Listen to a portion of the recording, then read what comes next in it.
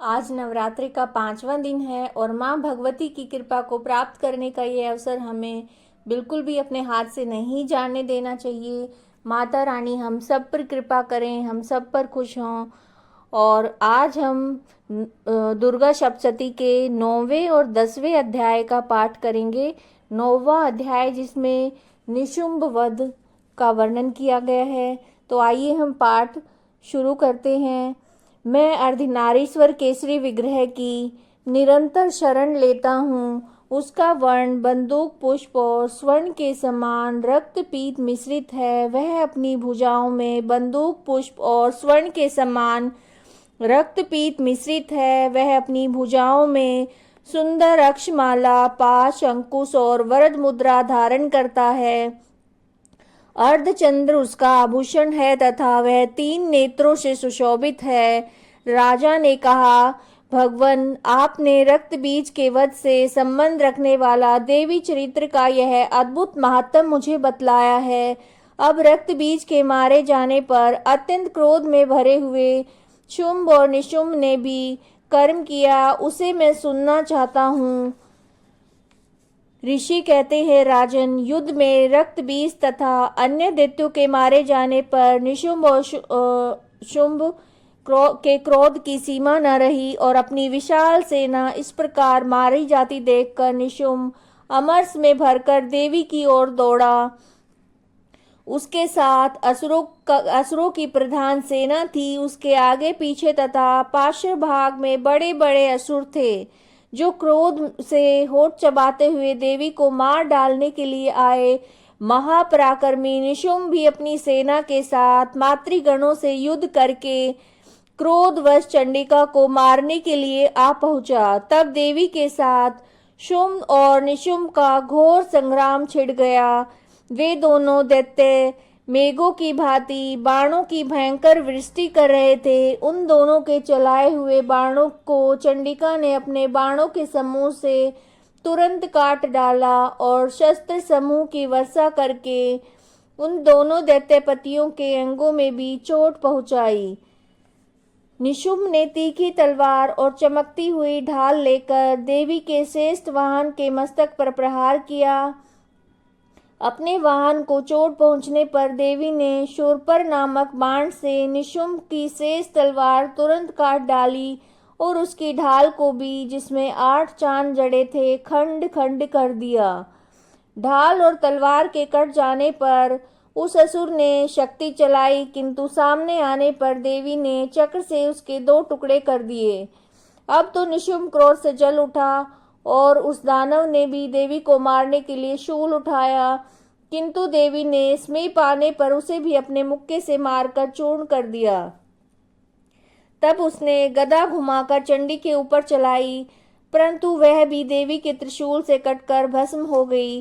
तदंतर दैत्यराज निशुंभ को फरसा हाथ में लेकर आते देखकर देवी ने बाण समूह से घायल होकर धरती पर सुला दिया। उस भयंकर पराक्रमी भाई निशुंभ के धराशायी हो जाने पर शुंभ को बड़ा क्रोध हुआ और अंबिका का वध करने के लिए आगे बढ़ा।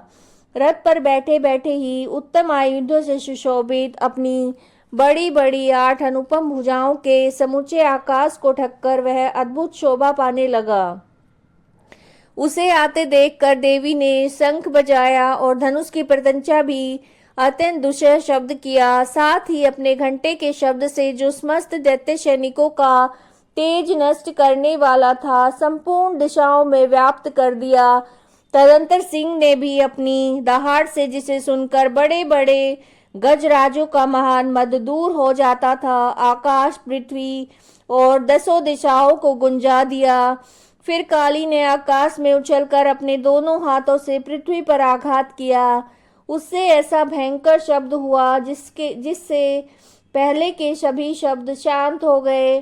तत्पश्चात शिवदूती ने दैत्यों के लिए अमंगलजनक अट्टहास किया।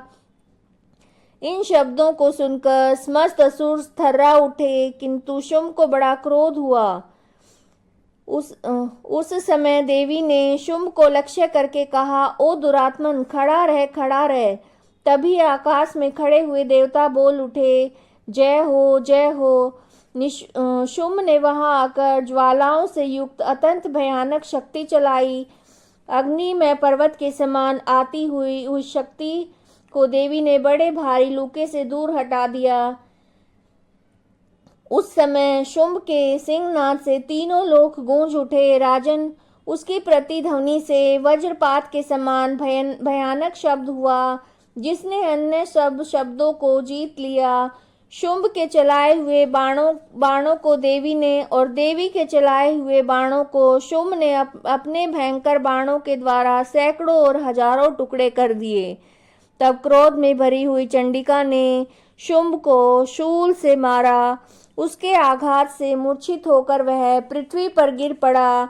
इतने में ही निशुंभ को भी चेतना हुई और उसने धनुष हाथ में लेकर बाणों के द्वारा देवी काली तथा सिंह को घायल कर डाला। फिर उस दैत्यराज के 10,000 बाहें बनाकर चक्रों के प्रहार से चंडिका को आच्छादित कर दिया। तब दुर्गम पीड़ा का नाश करने वाली भगवती दुर्गा ने कुपित होकर अपने बाणों से उन चक्रों तथा बाणों को काट गिराया। यह देखकर निशुंभ दैत्य सेना के साथ चंडिका का वध करने के लिए हाथ में गदा लेकर बड़े वेग से दौड़ा।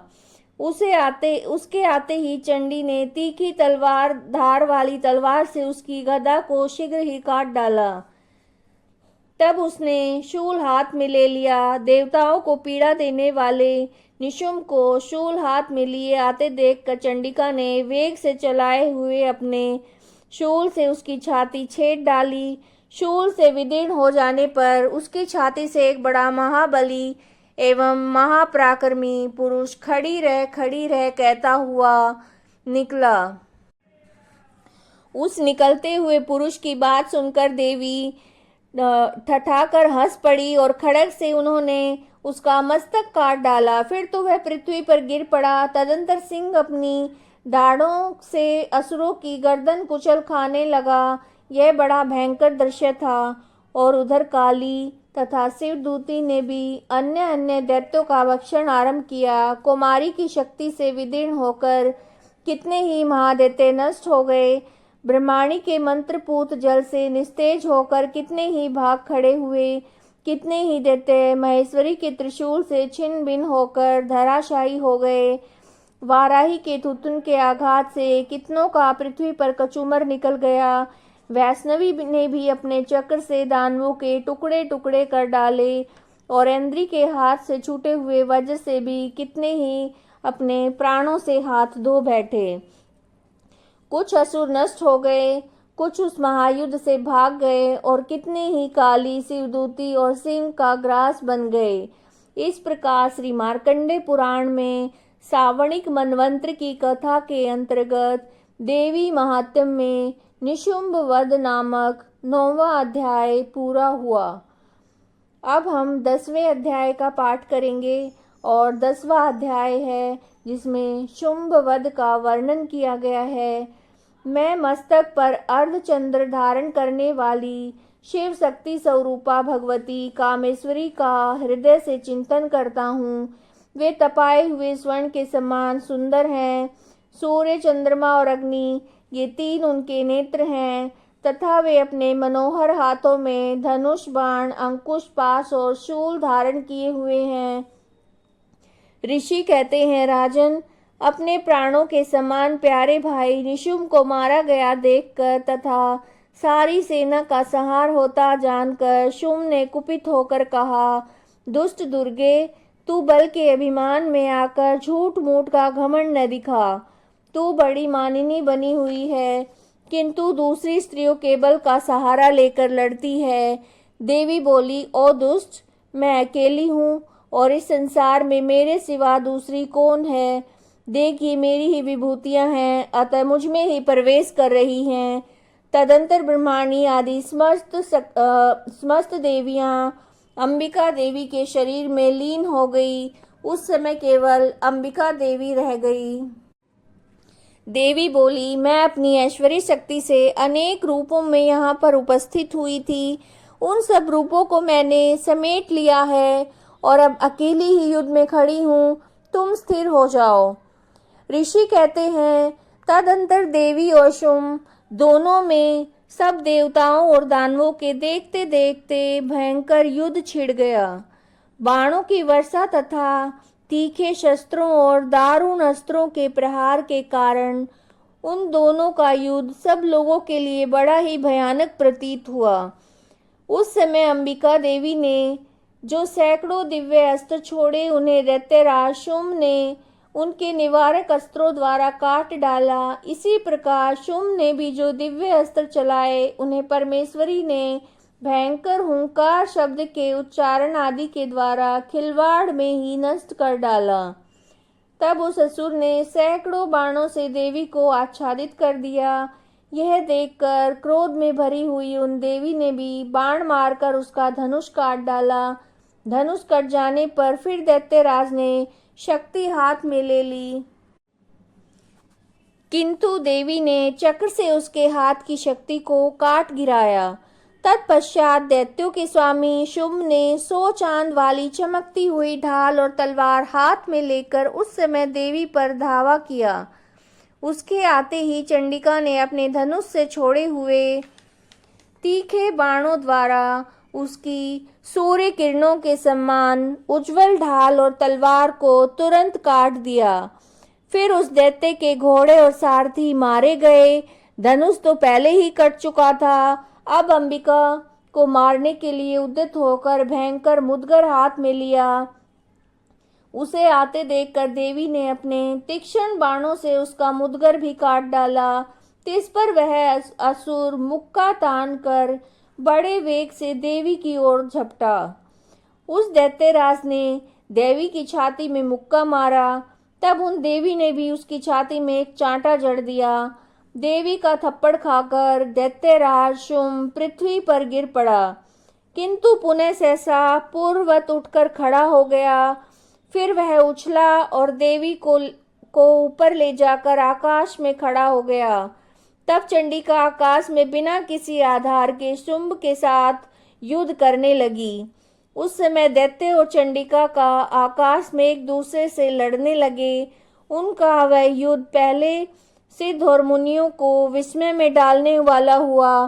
फिर अंबिका ने शुंभ के साथ बहुत देर तक युद्ध करने के पश्चात उसे उठाकर घुमाया और पृथ्वी पर पटक दिया।